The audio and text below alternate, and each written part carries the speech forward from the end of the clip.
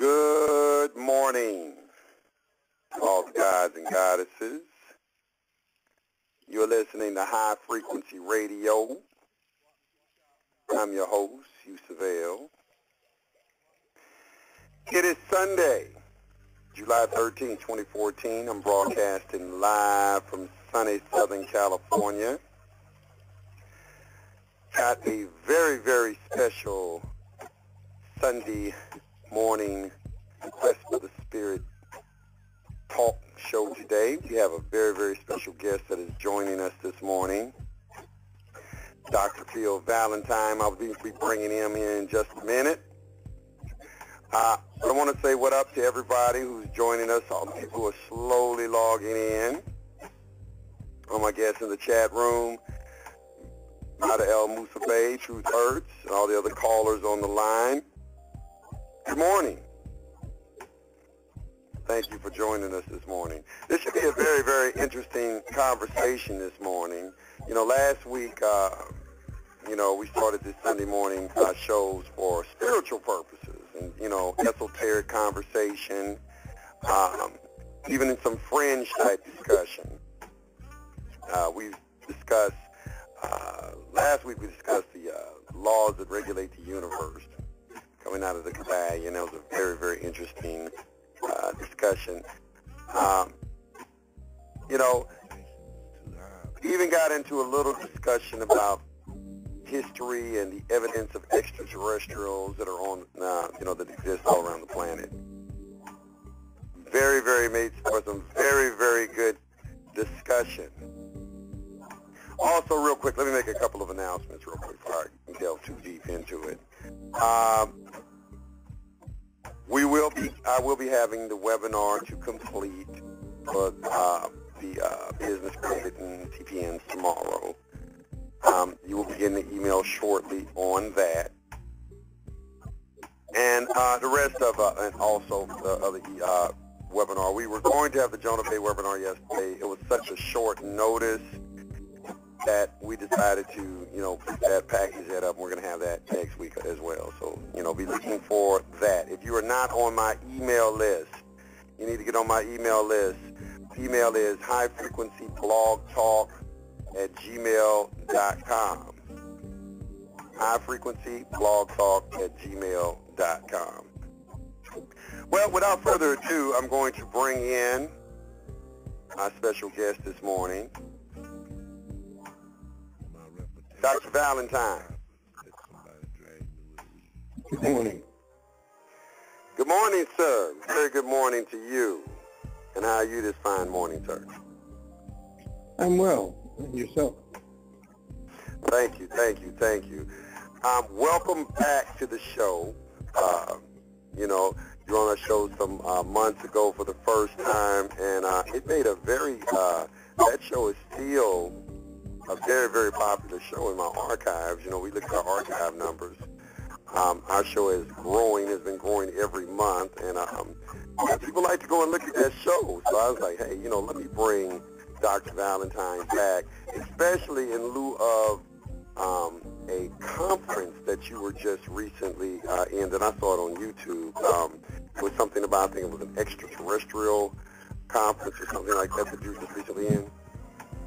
Yes, indeed. That took place, if I'm not mistaken, back in June the 15th, at Father's Day, actually. No, it wasn't Father's Day, forgive me. They're coming so close together now that it was in April, I believe, on the 27th of April, I believe, that took place. Okay, and I got a chance to kind of watch some of it, and it was real interesting. I found it very interesting. We talk about all of that, extraterrestrials. I've been a student of extraterrestrials now for about, I say over at least 15 years, just minimum. I've been looking at a lot of the, not only with comparative religious studies, but also in, examining some of the ancient cultures of Egypt and Mesopotamia, and misinterpreting interpretation of those cultures by Europeans, and also the evidence that they were high civilizations, possibly with an origin that came off-world. I don't know if that's an accurate assessment or not, but in your estimation, you would agree with that, or? Well, in my research, I've been waiting for the proper interpretation of off-world realities and our interface with them. I've been only receiving a filtered set of documentations that come via the military, and that's where my suspicions about who it is we're interfacing with, because what entity would rather speak to the military junta in control of the planet rather than the people who are the majority, unless you have an agenda. The other is, I don't believe in at least a third or more of the documentation regarding the physical appearance of these entities, at least some of them, and their influence on the planet and who it is that they are, or their agenda is, and who it is that they're serving.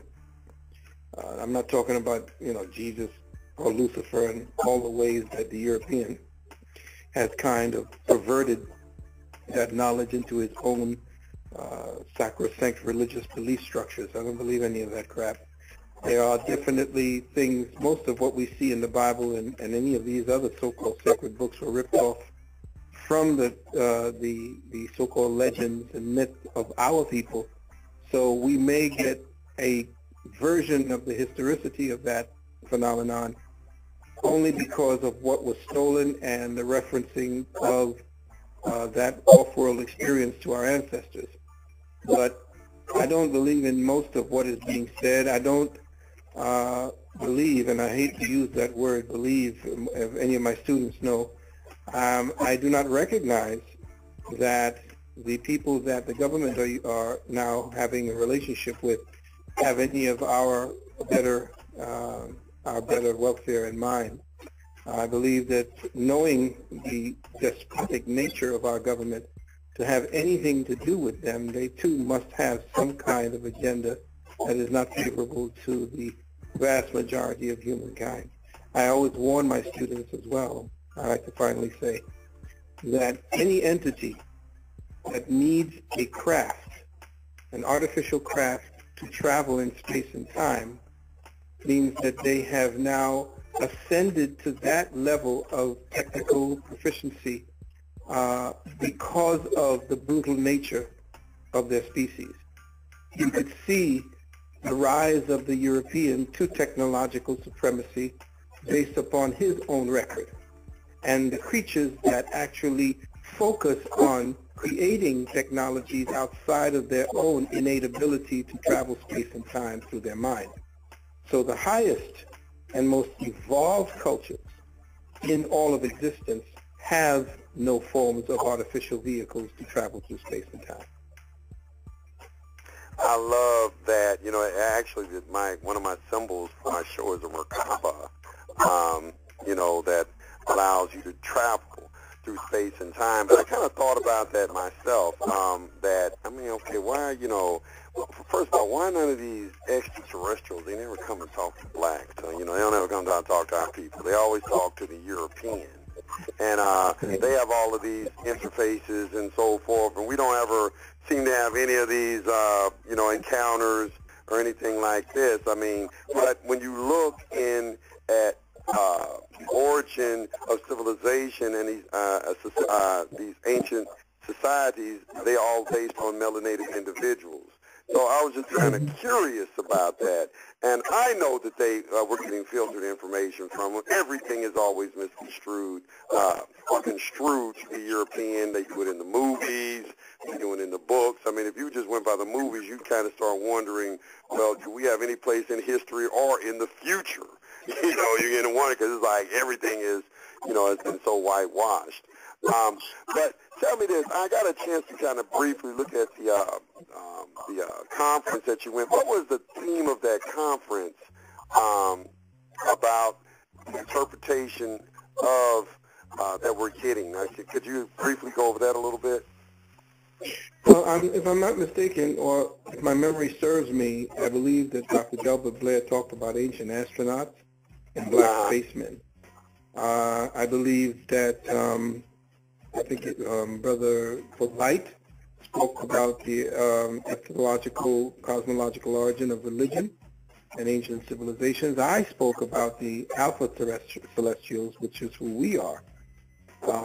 And I focused mostly on something called blank slate technology and transhumanism, and how it is that the transhumanism, this fever for becoming something other than a human being, or something hyperhuman, is basically the quest of the European today.